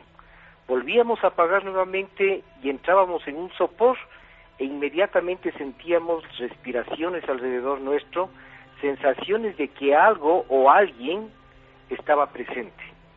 Y pienso que todos lo sentimos, porque aunque nadie se comunicó en un momento dado para decir sobre esto, excepto con mi hijo Alexis, que tuvimos la oportunidad de bajar a las cuevas con él también me comentaba que había tenido ese mismo tipo de sensaciones, y lo mismo un compañero nuestro, Edgar Pazmiño, que Manuel también lo conoce, tuvo las mismas sensaciones. De llegar, Pedro, a tocaros, de llegar la sensación a ser casi física. Era física, o sea, la sensación era física, aunque uno en la oscuridad, su cuerpo realmente ya solamente queda como recuerdo, como sensación de que algo tuvo o tiene, pero no es el hecho de toparse. Pero esa sensación de toparse en ese recuerdo es que estábamos prácticamente en los bordes o en el abismo de otro nivel dimensional, si podría decirse, cuyo estado alterado de conciencia estaba más bien ligado al efecto hipnopómpico, es decir, de ese soñar despierto que uno tiene de vez en cuando. Bueno, me parece una descripción fabulosa, Pedro, de nuevo, ese mundo que además dentro de poco haremos un dossier sobre esas visiones hipnopómpicas que la ciencia también intenta investigar, como el umbral, la puerta entre dos mundos, y que en un lugar tan aislado puede aparecer. Manuel, certificas lo que dice el compañero Pedro Soto. Creo que los sueños fueron muy intensos, pero yo os pregunto, y te pregunto, Manuel, ¿llegasteis a sentir en algún momento inquietud? Porque aparte de esta sensación de que os tocaban, de que respiraban a vuestro lado, aparte de todo eso, nos contaba David Romero, lo hemos escuchado al inicio del programa, que hubo un momento en que hubo una especie de bramido que los indígenas tomaban como por la exhalación del propio Dios, que no quería que estuvieseis ahí. ¿Sentisteis angustia en algún momento? ¿Se produce eso o todo lo contrario? Bueno, realmente cuando nosotros llegamos al lugar donde se producen los sonidos, estábamos un poco repartidos. Justamente, como Pedro recordará, unos minutos antes nosotros nos habíamos quitado la ropa y nos habíamos bañado en la cascada que denomina la cascada de la Ruta, o del espíritu que vigila o que protege o que da conocimiento o que da fuerza. ¿Hay cascadas dentro de la cueva? ¿Hay cascadas, Manuel, dentro de la cueva? Claro, cascadas, agua riquísima, pura. Uno siente cómo se vivifica, se nutrifica con esa agua. Entonces, luego de tomar ese baño refrescante, nos acercamos donde estaba el grupo y fue en ese momento en que nos pareció un poco extraño. Pedro podrá certificar que no llegamos, por así decirlo, a sentir miedo, pavor. Escuchamos un sonido orgánico como de un...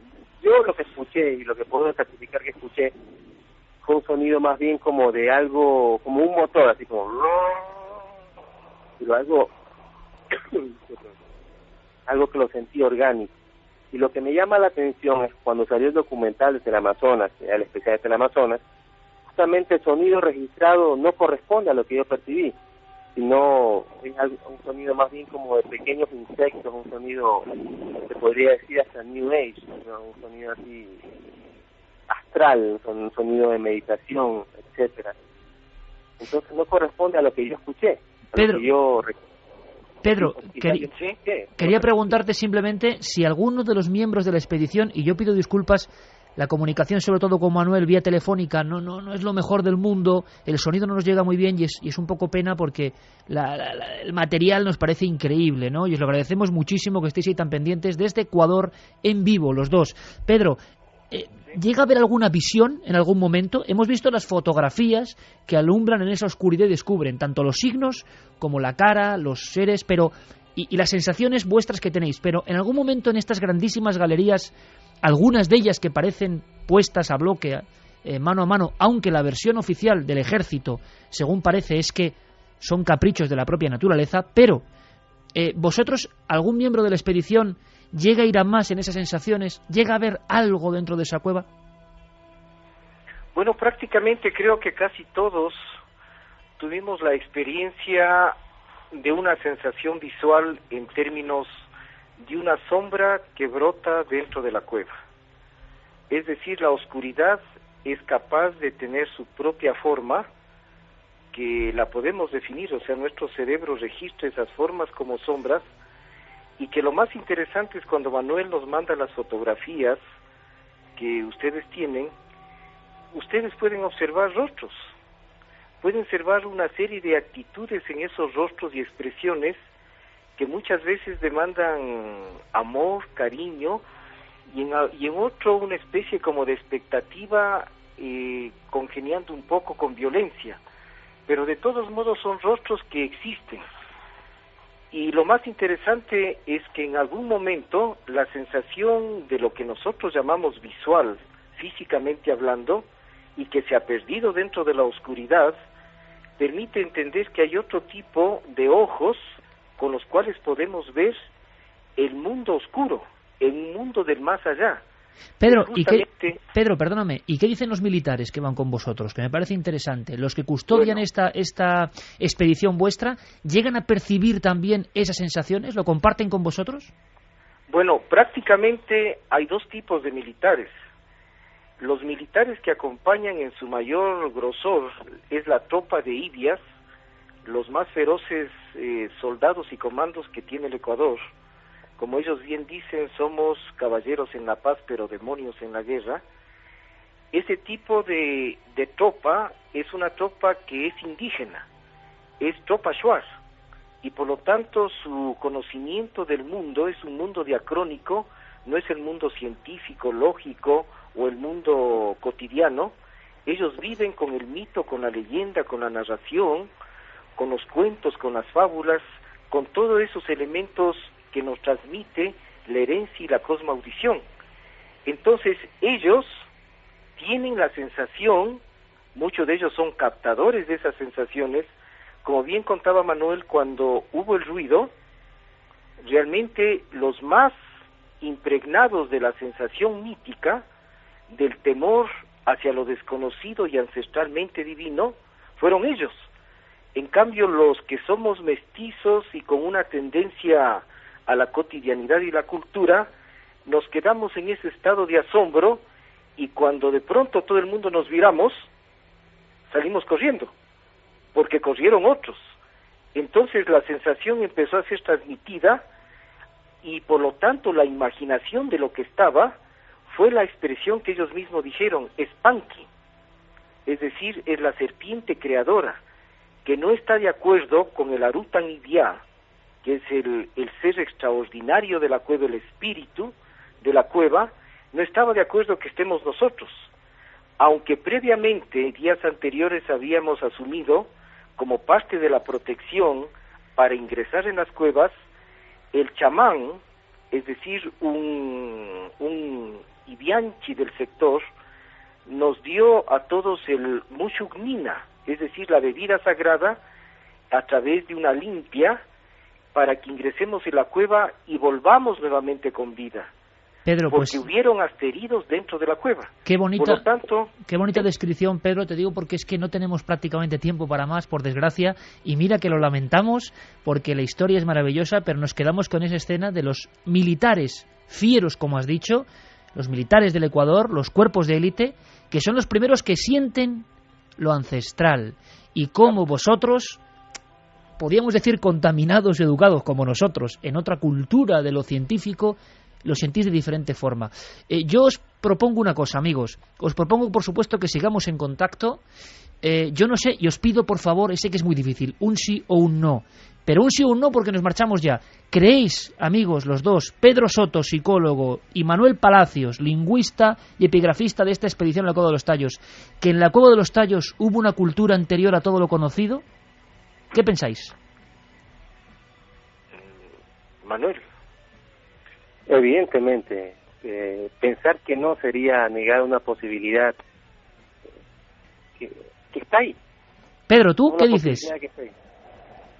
Yo personalmente creo que sí hubo, porque el vestigio de osamentas en la Casa del Espíritu, que es las Ayapambas, es decir, los cementerios, acreditan que hubo ceremonias a los muertos, y si se encontraron vasijas y elementos de subsistencia, de hecho que habitaron seres, tomando en consideración que la historia de mi país, de Ecuador, en la parte muy ancestral nos habla de los mutatatas, los primeros seres que viven en los tucuros, pues, es decir, en las cuevas. Pedro, con eso nos quedamos, no tenemos tiempo para más, os lo agradezco de corazón, de verdad, y solo os digo una cosa, esta es una primera aproximación, quiero contar con vosotros para seguir contando cosas de la Cueva de los Tallos. Un abrazo de todos los amigos de España y de todos los ecuatorianos que habrán seguido muy atentos a esta investigación. Pedro y Manuel, muchísimas gracias, amigos, continuamos aquí en Milenio 3.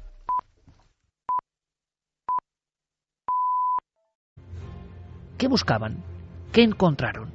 David Romero nos recordaba un instante de esa expedición que ya considero prácticamente como uno de los hitos en la historia de la arqueología y la expedición en América. Hubo un día en el que logramos recorrer 3 kilómetros al interior de la caverna, 3 kilómetros, y entonces llegamos hasta un punto en donde empezamos a grabar, a filmar algunas imágenes, y se produjo un ruido realmente tenebroso, por así decirlo, ¿no? Un ruido importante que nos puso a todos muy nerviosos, ¿no? Entonces cada quien empezó a tener su teoría, ¿no? Los Ibias, que son unos indígenas amazónicos con entrenamiento militar, hacían alusión a que ese ruido pudo haber sido provocado por su dios Arutan, y entonces que nosotros habíamos llegado hasta un punto en donde su dios no se lo permitía, ¿no?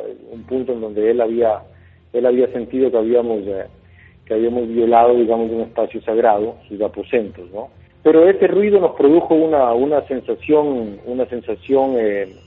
de mucho temor, y en ese momento realmente nos percatamos del lugar en el que estábamos, ¿no? Y tuvimos la sensación imperiosa de querer salir por primera vez, ¿no? Pero de todas maneras había que procurar mantener la calma. Entonces esa sensación creo que fue no dentro de los parámetros normales, y que en un momento determinado puso a toda la expedición un poco inquieta y un poco percatándose del lugar en el que estábamos, ¿no?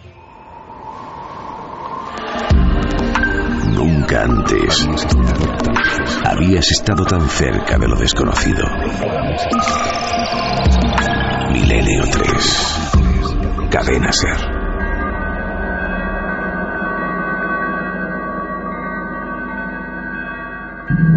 1:43, con todo el equipo dispuesto para ir descendiendo. Lo notáis, prácticamente nos sentimos ya con arneses, cuerdas, descolgándonos hacia un lugar que suena, dicen, de una forma muy especial. Los pájaros que dan nombre a esta mítica cueva, los tallos, provocan un graznido terrible que es como un gran coro y que tiene que ser impresionante. Esa es la bienvenida a la cueva. Una cueva donde todavía se siente quizá lo arcaico, la presencia del antiguo. ¿Qué misterios tiene esta cueva? ¿Por qué se hizo tan famosa? ¿Qué hay de verdad y de ficción?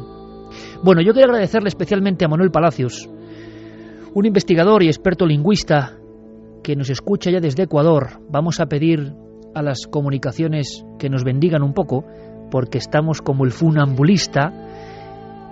Pero a miles de kilómetros este amigo ha logrado, primero, que tengamos a varios especialistas, que tengamos muchos documentos, y yo se lo quiero agradecer.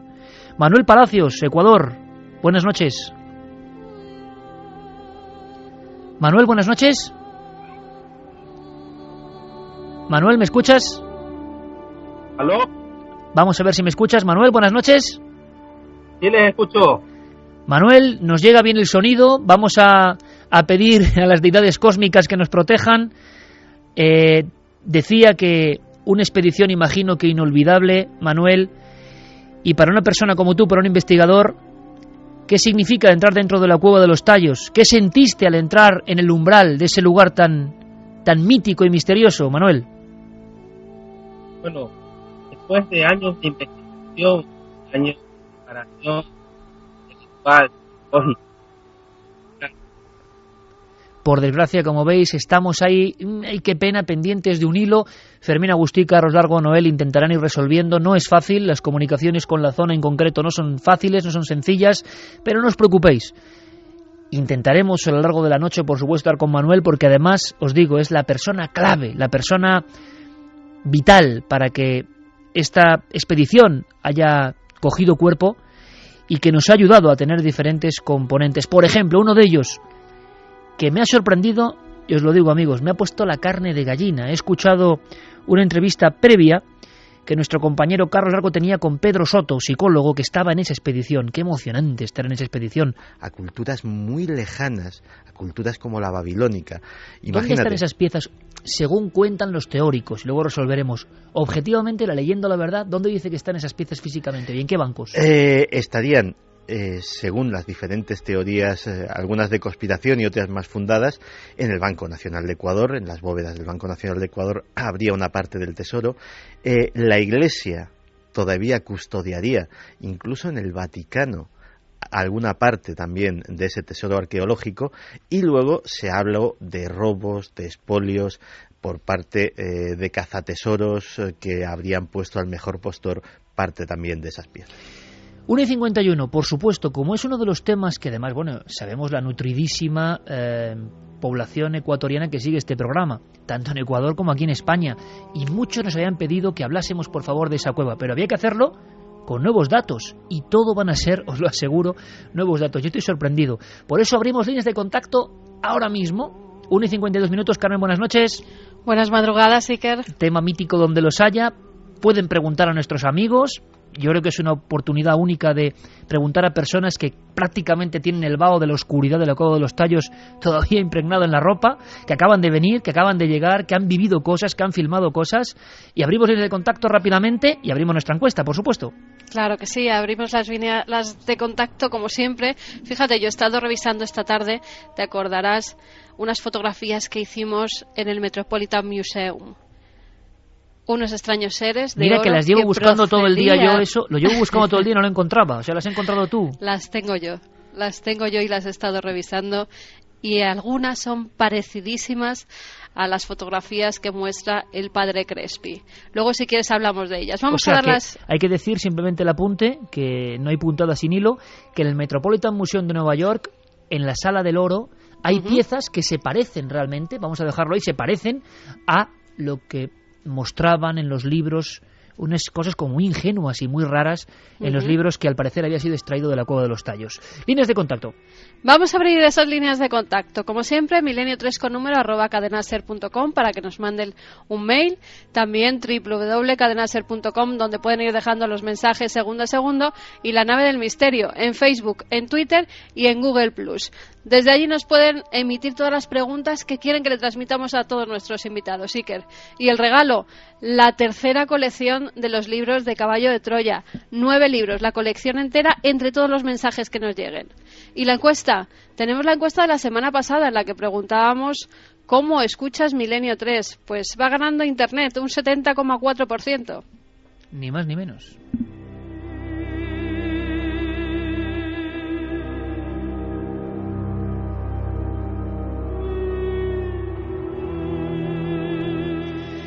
A ver si ahora tenemos suerte. Manuel Palacios, buenas noches, amigo de nuevo. Buenas noches, Iker. Manuel, gracias por recibirnos, gracias por todo tu esfuerzo.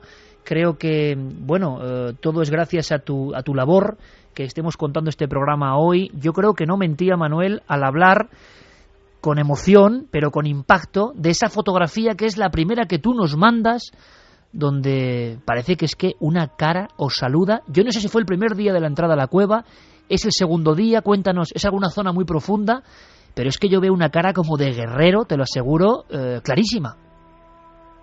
Bueno, eso fue justamente en la vía a lo que se conoce como el anfiteatro, a lo que los ingleses en el año 76 denominaron el anfiteatro. Fue durante el segundo día de expedición. Entonces nosotros avanzábamos muchas veces hacia una zona donde estaba una cascada en búsqueda de agua.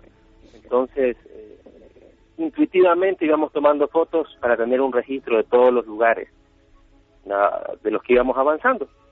Entonces, realmente tuvimos un archivo de aproximadamente 500 fotografías. Cuando terminamos la expedición, me dediqué a una por una irlas revisando. Entonces me iba topando con estas cosas, con estos eventos, que no podría calificarlo simplemente como bruma, como... Avanzar por esos pasadizos interminables que parecen altísimos, la sensación que es tocar lo mágico que ocurre dentro de algunas cuevas, ¿verdad? Y sé de lo que hablo, la capacidad incluso transformadora para el alma humana de las cuevas, el diálogo con la oscuridad que se produce dentro de las cuevas, la sensación de que el alma se expande dentro de las cuevas, y hablo, repito, por experiencia absolutamente propia, transformadora y clave para mi vida. Pero claro, ¿qué se puede sentir en una cueva donde el objetivo no es el arte rupestre, por ejemplo, sino un misterio sólido, como esa biblioteca, llena de códigos indescifrables? ¿Se sentirán ahí también los dioses guardianes? ¿Su presencia? Sé que han dormido dentro de la cueva varias noches. ¿Qué pasa cuando uno sueña dentro de las cuevas?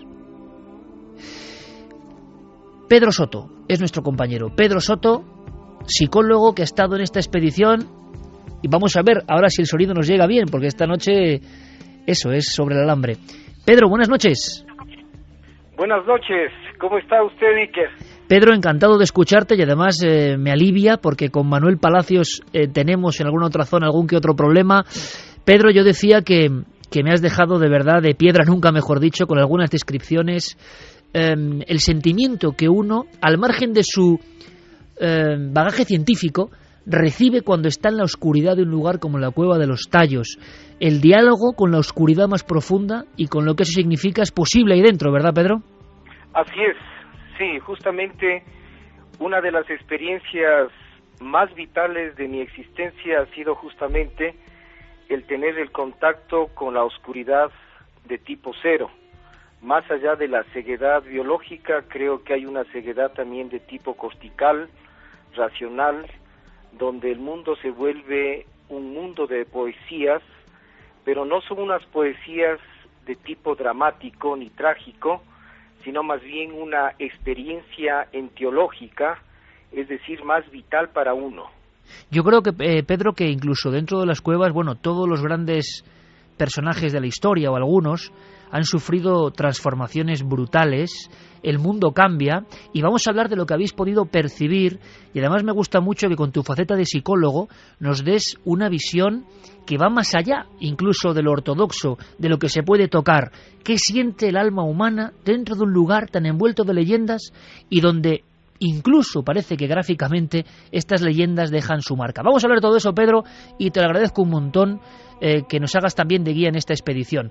Por supuesto, esta noche, 1:49, a pesar de todas las dificultades, esto es como una expedición, esto es como bajar a la cueva, pero en la radio, a pesar de todas las dificultades, vamos a intentar tener todas las piezas del puzzle. Santiago Camacho, compañero, buenas noches. Buenas noches, Iker. Por cierto, la Cueva de los Tallos vendió millones de ejemplares de Däniken, se convirtió en la fiebre del oro, en la búsqueda de esas piezas, y también hay conspiración. En toda esta historia también hay conspiración, porque, aunque sea muy breve, Santi, para que todos nuestros amigos tengan la idea completa, dicen que están esas tablillas, dicen, luego resolveremos, en diferentes bancos e instituciones que realmente físicamente se encontraron. Al menos parte de ellas, porque efectivamente hay un tesoro que custodiaba un hombre muy notable, un hombre extraordinario del que haremos una semblanza biográfica más tarde, el padre Crespi. Un hombre que si no estuviera conectado con el misterio también tendría una biografía de por sí notable. Y ese hombre mostró a Däniken, mostró a Stanley Hall, mostró a Armstrong, a todos los que fueron a la zona, unas piezas arqueológicas que custodiaba, que él decía que algunas eran de oro efectivamente, que se correspondían con esas planchas en forma y en fondo, porque mostraban imágenes extraordinarias que era imposible que se hubiesen captado por una civilización precolombina, por una civilización sudamericana anterior a la llegada del hombre blanco, porque había cosas maravillosas, cosas que hacían referencia incluso... Que junto a esas paredes inmensas ha encontrado unas tablillas con extrañas inscripciones, con no menos extraordinarios dibujos. Y la sensación que tiene este hombre, este explorador, que casi por accidente ha encontrado esta cueva, es que allí está el legado de una humanidad desaparecida.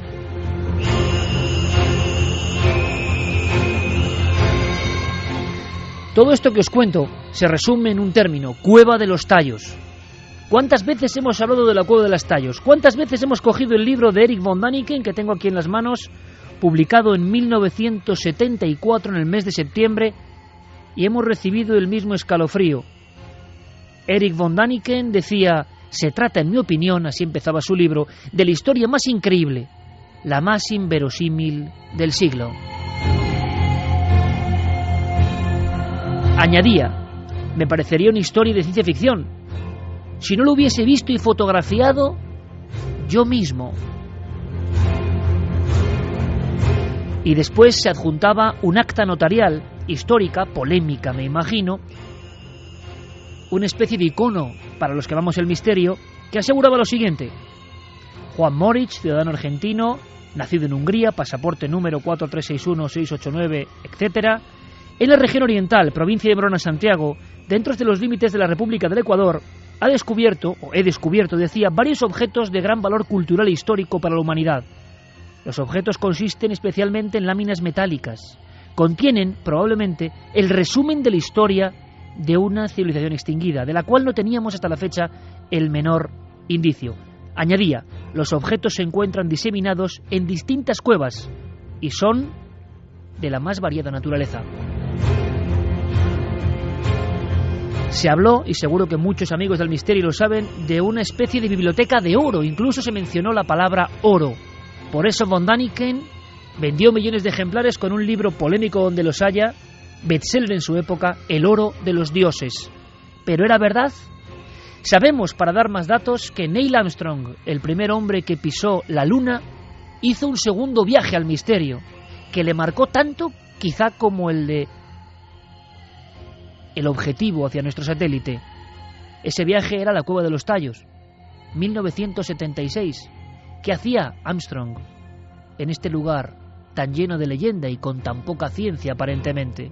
Hoy sabemos que equipos de arqueólogos ecuatorianos, acompañados de militares, encontraron en los años 70 piezas, efectivamente, pero no eran láminas de oro con un lenguaje perdido.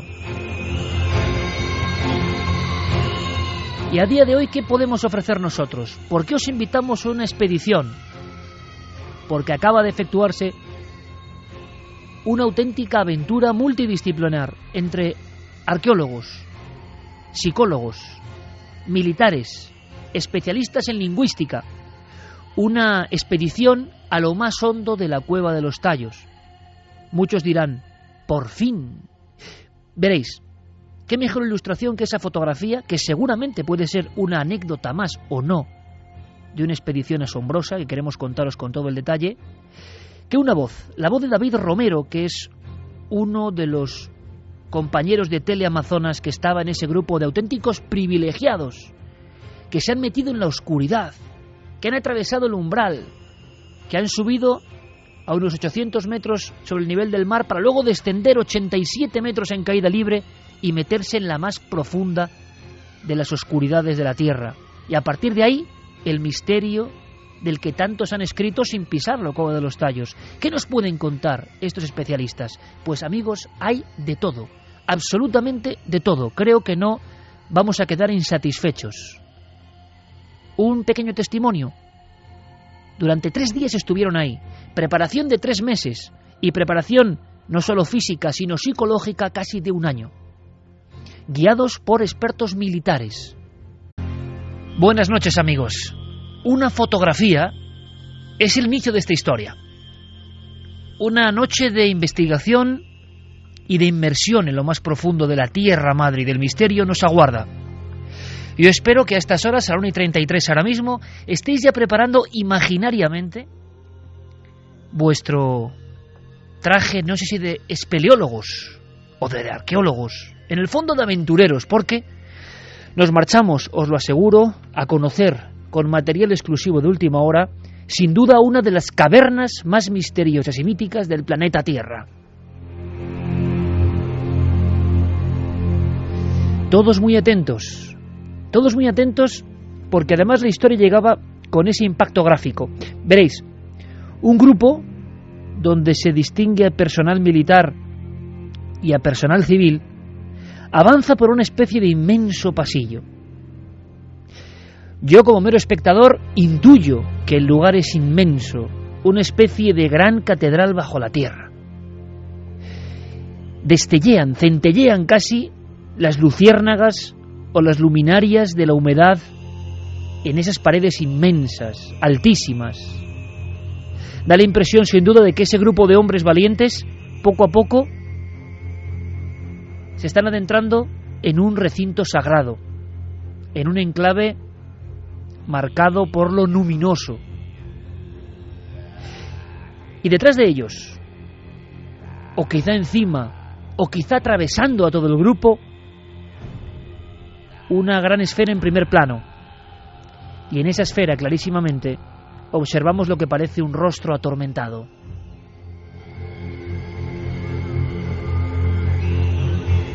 ¿Cómo definir el rostro? Una nariz poderosa, casi triangular, unos ojos un tanto achinados, muy oscuros, profundos. Es lo que ve, repito, el observador. Yo no sé cuál es la realidad de esta fotografía. Sé lo que me llega ahora con la visión, con mi sentido. Debajo de esa poderosa nariz, una boca no muy grande, con unos dientes salientes y una expresión difícil de definir, pero que no sé si parece amable o no, que impresiona sin duda alguna y que nos da la idea de que ha sorprendido al grupo, que está saludando, quizá está rechazando, se está haciendo presente porque parece que tiene que ver con ese lugar. Imaginación, historias míticas que no tienen sentido. Con esta foto que tengo yo ahora mismo en papel y la cimbrero ahora para vosotros para que la escuchéis, yo tengo esa impresión sincera. Casualidad posiblemente, pero esa gran esfera, primer plano, en esa entrada de la cueva, en un punto profundo de esa cueva que se abre en un lugar norte de la cordillera del Cóndor, aparece reflejado, como por un azar increíble, la faz, la taz, el rostro, la cara, la expresión de alguien que no parece muy humano, sí que parece muy antiguo, tan antiguo como lo que se cuenta de este entorno, lo que se cuenta de este enclave. Estamos, repito, en una de las cumbres, aunque sea una hondonada subterránea, del misterio, sobre todo en América.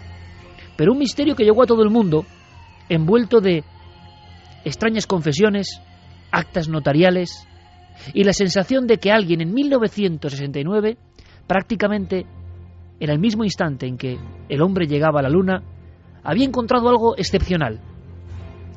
Un individuo de apellido Moritz, de origen húngaro, parece que descubre en la zona de Morona, Santiago, estamos hablando del Ecuador, una especie de red subterránea de gigantescos túneles. Afirma este hombre que parecen tallados por manos humanas, trabajados a conciencia. Dice también algo sensacional, algo objetivamente increíble.